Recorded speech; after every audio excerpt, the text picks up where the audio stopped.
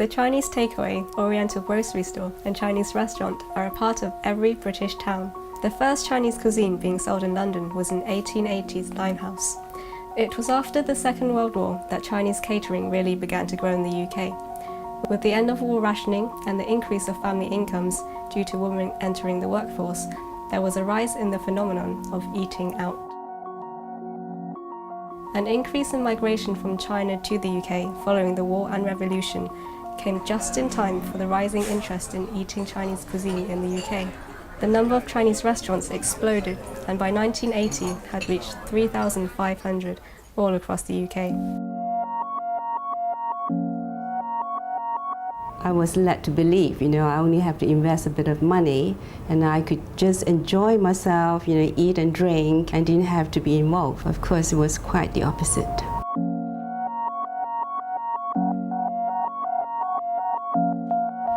始終咧，我都係入翻做廚房嗰行，即係冇得選擇啦。其實廚房都唔係我首選嚟嘅，不過冇得選擇咧，就要去做啦。咁入咗嗰行咧，就一定要做好佢啦。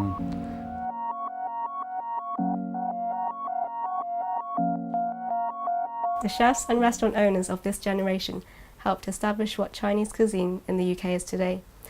But through this process, they have been met with a mixture of experiences.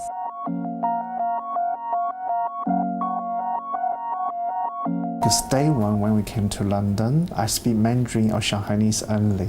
It is very difficult to find a job in Chinese restaurant sector because they prefer Cantonese.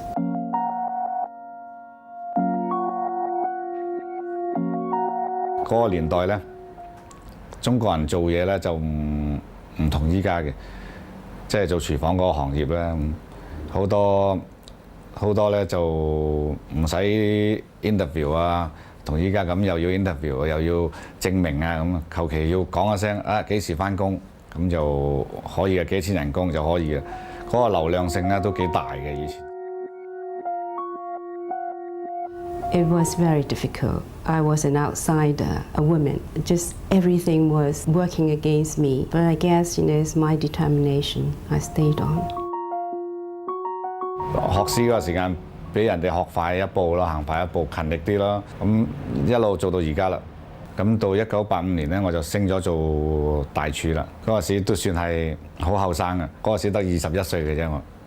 咁已經即係老闆就俾機會我啦，但係當時我好驚嘅。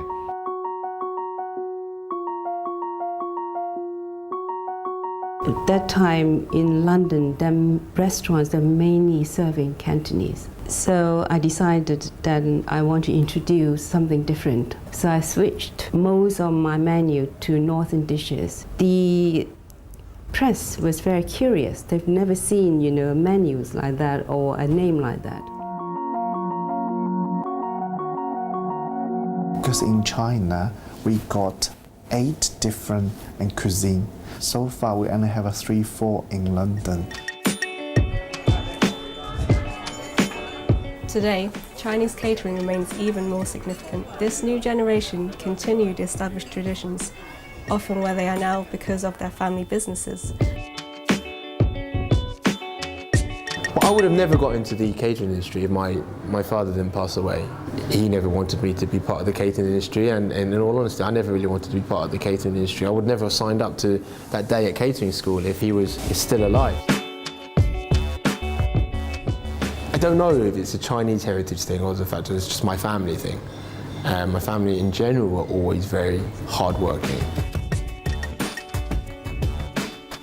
For me, in the catering industry especially, I feel like people, our generation, are almost a little bit scared off by the industry itself.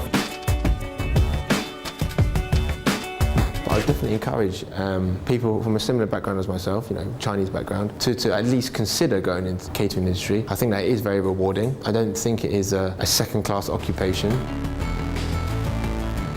Because it's nice to be cooked for when you're a chef. Actually, to be honest, even if someone cooked me beans on toast or a chicken Kiev, I'd be happy. So. I wanted the restaurant to be a kind of expression of who I am, which is why ultimately it had to be Chinese to some degree, because that's my heritage.